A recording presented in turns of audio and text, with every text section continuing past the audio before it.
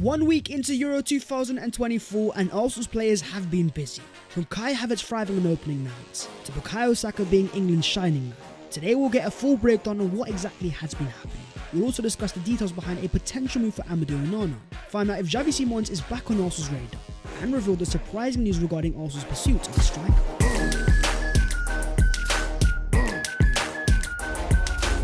Yo, what is going on, guys? My name is Baz14. Welcome back to your boys channel, and I hope you guys are doing sensational and enjoying Euro 2024, where Arsenal players are certainly involved. We'll break it all down in a second, but before that, make sure to smash a like on the video if you enjoy and subscribe to the channel if you are new. We are less than 2,000 away from the big 200k. But starting off with Arsenal's European tour. In a home tournament for Germany, Euro 2024, on opening day, Arsenal's Kai Havertz was definitely involved, as Germany smashed Fiorentina Scotland 5-1. Havertz not only scoring the third goal, but also getting an assist, with a very impressive 8.0 rating in 63 minutes, once again thriving as a centre forward. As a striker, Havertz has now scored 19 goals in his last 17 games this season, a fantastic mixture of goals and assists. It's getting to the stage now where you have to take those numbers seriously, because when you look at Havertz's overall centre forward play, the fact that he offers Arsenal an aerial presence at 6'4", consistent goals and assists in the business end of the season, he was once again a starter as Germany beat Hungary 2-0, but this game taken off in the 57th minute. He wasn't quite happy, and it makes a lot of sense why. But regardless, with Germany making it 2 wins out of 2, Havertz is going to the knockout stages. But will he be joined by Jorginho, who starred for Italy as they beat Albania in their first game 2-1? A very impressive 7.5 rating with 136 touches and 119 passes completed. This was a J20 masterclass, reminding fans that even at 32 years of age at international football, there's a reason why he's so highly rated. But what about the Mbappe of centre-backs? Well, the massive news before the opening game for France was the fact that Saliba was going to start, securing his place over Ibrahim Konate, playing as a left centre-back in Saliba's first ever European Championship game, as France beat Austria 1-0. No player won the ball back more times than Saliba in the game. But watching him play as a left centre-back, I don't think he was as comfortable as normal. But come the following game against the Netherlands, Saliba was once again a starter, a game that ended 0-0, meaning another Saliba clean sheet. He completed a whopping 86 out of 87 passes with a 99% pass completion, an example of a player rising to the occasion. Leandro Trossard was also involved for Belgium as he started their first group stage game in a surprise defeat to Slovakia. But let's focus on Jakub Kiwior. Starting for Poland in their opening group stage game against the Netherlands, where they lost 2-1, Kiwior was actually very solid with a 7.4 rating. 1 clearance, 2 block shots, 2 interceptions and 5 tackles. Seeing him thrive at the top level, showing composure and the fact that he deserves to be there, it makes me wonder what his place for Arsenal is going to be next year, when you've got a rock as solid as Gabriel Magalhaes. The returning Yuri Timber could play at left back. How does Kiwior's role in his first team evolve?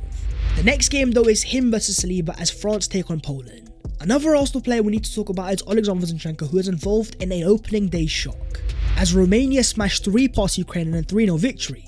Zinchenko was able to bounce back in the following game with an 8.2 rating, helping Ukraine to a 2-1 victory over Slovakia with 1 very important assist. With all the rumours of Arsenal trying to sign a brand new fullback and Kieran Tierney most certainly leaving, I wonder how many teams will want Alexander Zinchenko, a specialist profile designed for certain possession-based teams. With only 2 years left on his contract, this may be the best time for Arsenal to cash in. But it's about time we talk about our boys for England in Bukayo Saka and Declan Rice. Both started the opener as England beat Serbia 1-0, with Saka playing a massive part for Bellingham's goal. Alan Shearer on commentary saying he was unplayable in the first half and no one could get near him. What you'll notice straight away is Bukayo is very different for England, playing far more as an outlet, making runs in behind. His numbers are fantastic with 11 goals and 8 assists and 34 caps. Then looking at England's position map, Saka is by far England's highest player. It's very much like Mo Salah at Liverpool, and it's something that we don't see at Arsenal. Without the extra defensive responsibilities, Saka becomes that much more influential. But in the following game where England drew 1-1 with Denmark, there was a lot of talk after the game for Declan Rice. Despite dropping a 7.0 rating with 91% of his passes completed and 3 accurate long balls, there was a few times that he gave the ball away in dangerous areas, allowing narratives to grow that Rice can't play as a number 6, when what I see is a different problem.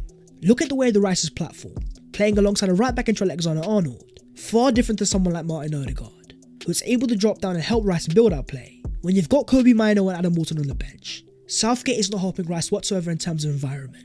Regardless though, it's been a tournament that's been very fun to watch. With over 30% of goals this year is coming from outside the box, it's been a bit of a throwback tournament with so much individual brilliance. Young wide forwards like Lamine Yamal, stars like Arda Güler. There's one player that Arsenal actually have their eyes on, and that player is Nico Williams. Having thrived for Spain in back-to-back games, dropping a 7.4 rating on 4 successful dribbles, 4 key passes and 1 big chance created. His directness, his pace is so exciting to watch. Fabrizio Romano provides some very exciting news. Arsenal and Liverpool have both held talks with the people close to Nico Williams, a creative wide forward also able to play on the right, providing Arsenal with extra pace we definitely need. Fundamentals that can explode under Mikel Arteta. The standout feature is the release clause of £45 million. In an overpriced market full of so many overrated players, this could be one of the bargains of the summer. Moving on to Arsenal's midfield moves. Fans might be focused on Euro 2024, but Arsenal have to focus on themselves. This is a massive market full of so many opportunities, they can't be wasting time. So let's talk about midfield and more specifically Thomas Partey. According to the Footy Insider, it's closing into a summer move to Saudi Arabia, with Arsenal having set an asking price between £20 to £25 million. A move to the Saudi Pro League now looks to be on the cards, which makes a lot of sense for a player only 1 year left on his contract, earning over £250,000 a week, yet was only able to start 9 games last season. Mikel Arteta is trying to build a team that's full of more reliable players. You look at the likes of Declan Rice and Kai Havertz, players that are always available. Another player that's got a fantastic injury record is Everton's Amadou Onana, a player that's missed only 11 games in his entire career via injuries. The breaking news comes from BBC Sport, claiming that Arsenal have made contact with Everton over the availability of Amadou Onana. It's a deal that would need an offer of £50+ million for the Toffees to consider selling the Belgian midfielder. There's a reason why this would make a lot of sense for Arsenal. Not only are Everton in a position where they need to make a sale, struggling with financial fair play with a June 30th deadline, Onana is a player that could be exactly what Arsenal need. A fantastic aerial presence at 6'5". Insane in terms of winning duels, the highest player in the Premier League last season, with a whopping 61% duel success rate over the last 2 seasons, contesting 623 duels. Mikel Arteta would be licking his lips, playing him alongside Declan Rice the way that Arsenal would be able to counter-press, pin teams in and bully them. As Sky Sports News understands, a Champions League club have made an official inquiry to Everton regarding Amadou Onana. With the 22-year-old Belgium international expected to leave this summer, that club has to be Arsenal. For Onana himself, currently he's at Euro 2024, starting for Belgium back-to-back games. And you look at his stats for the first game, 100% ground duels won, likewise tackles, completing 100% of his dribbles and 80% of his aerial duels, 9 out of 10 in total. Playing for an Everton side that's all about off the ball, I feel like Onana's technical ability is actually very underrated, seeing the way he's able to influence games for Belgium. While also thinking about his time back in France with Lille, Onana has always been fantastic technically. Compared to the profile of Paul Pogba, a tall midfielder with technical grace, the fact that he can play as a number 6 but also thrive potentially as a number 8. Talk to me about this midfield three here of Odegaard, Onana and Rice. Is that something that you guys think could work? Or do you believe that Arsenal still need another profile? One that can pick the ball up and drive, offering Arsenal something different. Maybe someone like Xavi Simons.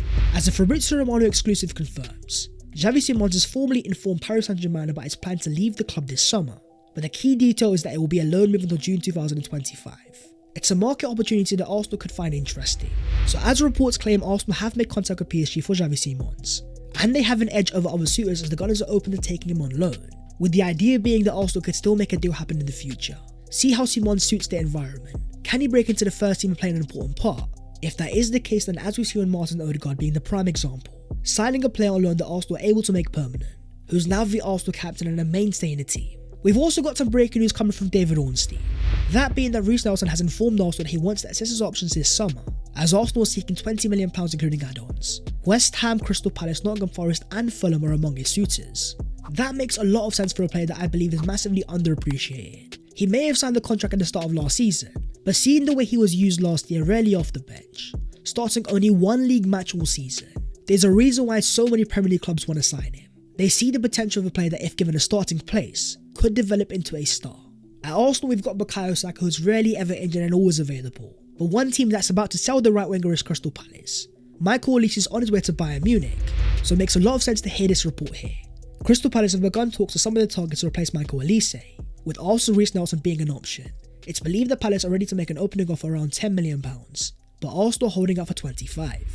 Moving on to the other Arsenal news today, and starting off with news regarding the start of next season, with exclusive news from the reliable Hande Özil.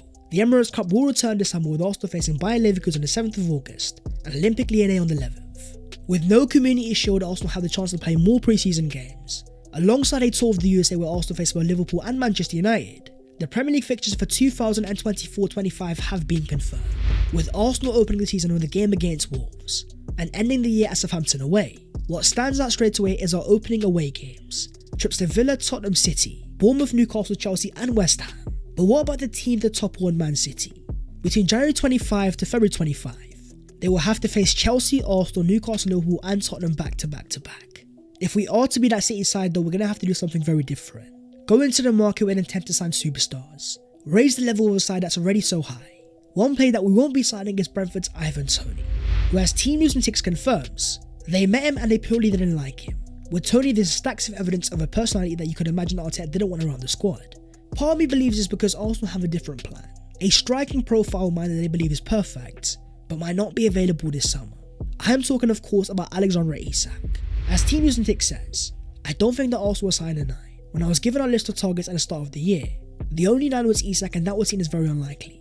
A player also noted to play out wide. Newcastle, another club that might need a sell because of FFP. Now that player might be Bruno Guimaraes, but as shown by Arsenal in the past the pursuit of Declan Rice, when they identify a player they know is perfect for them, they are able to eventually get him over the line. No matter how long it may take, they are willing to wait for the perfect time to make their move. That is the video there and there. So hopefully you guys have enjoyed. If you have, don't forget to smash a like and also subscribe to the channel if you are new. If you want to follow your boy on all of his social medias, then the links are down below in the description. But that was the latest episode of the Transfers FC alongside a very important Euro 2024 update. As the tournament gets more interesting as we approach the knockout stages, let me know which player has been impressing you the most. That's non-Arsenal down below in the comments. But until then, I'll see you next time. Take care. In a bit.